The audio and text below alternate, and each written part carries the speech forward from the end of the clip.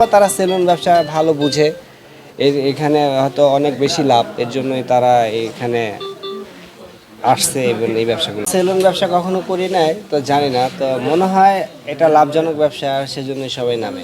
প্রত্যেকটা কাজই তো কাজকে কখনো অসম্মান করতে হয় না। তো সেই ক্ষেত্রে যে কোনো ব্যবসাকে আমি শ্রদ্ধার সহিত দেখি এবং সেলুন ব্যবসাটাকেও শ্রদ্ধার সহিতই দেখি।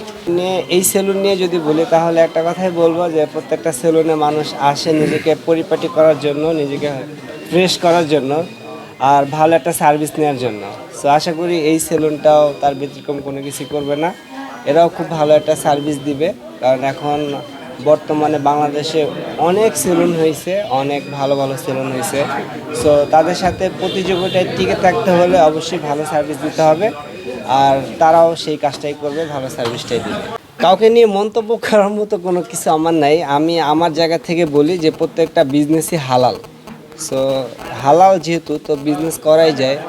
এখন তারা যেটা বুঝে সেটাই তো করবে, যেটা বুঝে না সেটা তো করবে না হয়তো না। আসলে এখানে ডিস্টার্ব হওয়ার কোনো কিছু নাই, যা ব্যবসা যার প্রত্যেকটা ব্যবসা এক একজনের মতো করে করবে। সো এখানে সে তার সার্ভিস থেকে সে কাস্টমার ডিল করবে, আর সে তার জায়গা থেকে তার কাস্টমারগুলোকে ডিল করবে। সো সেই ক্ষেত্রে আমি মনে করি না যে কারো ডিস্টার্ব হচ্ছে। আর বর্তমানে তো প্রচারই প্রসার, তারা হয়তো বা একটু প্রচারটা বেশি করতেছে, তাই তাদের কাস্টমারটাও বেশি আসতেছে, ব্যবসাটা অতি তাড়াতাড়ি সফলতা অর্জন করতে পারতেছে ব্যবসায়। তো অন্যান্য যারা আছে তারাও যদি প্রচার করতে পারে তাহলে ইনশাল্লাহ তাদের ব্যবসা ভালো হবে। এটাই স্বাভাবিক, যুগের সাথে তাল মিলিয়ে চলতে হবে। কবে ব্যবসা দিব ইনশাল্লাহ আমরা আস্তে আস্তে চেষ্টা করতেছি, ডে বাই ডে নিজেদেরকে একটু ব্যবসার দিকে ধাবিত করার জন্য। তো হয়ে যাবে ইনশাল্লাহ। যদি আমার কপালে সেলুন ব্যবসা থাকে তাহলে দিব, এটা তো আমার রিজিকে থাকতে হবে।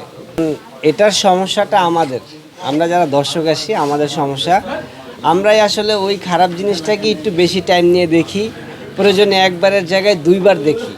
তখন আমাদের আশেপাশে যে আমাদের ফ্রেন্ডস সার্কেল যারা থাকে তাদের কাছেও চলে যায়, আর তারাও সেই খারাপ জিনিসটাকেই বারবার দেখে, যার কারণে ওই জিনিসগুলা মানুষের কাছে বেশি যায় এবং মানুষ বেশি দেখে। তবে হ্যাঁ, যখন আপনার সামনে কোনো খারাপ ভিডিও বা যে ভিডিও থেকে কোনো কিছু বোঝার নাই, শেখার নাই, সেই ভিডিওগুলো স্কিপ করে যদি যান তাহলেই হয়, তাহলে আর তারা সে উৎসাহটা পায় না।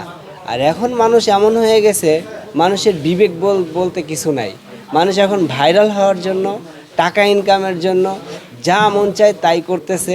সেটা জাতি কি শিখতেছে, বাচ্চারা কি শিখতেছে, এগুলো তাদের মাথায় থাকে না। তারা শুধু তাদের মাথায় একটাই পোকা থাকে, তাকে ভাইরাল হতে হবে, ইভেন তাকে ইনকাম করতে হবে, 5 জন মানুষ তাকে চিনবে।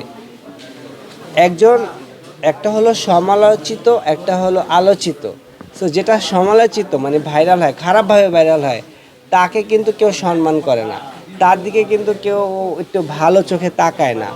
সো একটা সময় কিন্তু সে মানুষের কাছে হাসির পাত্র হয়ে যায়।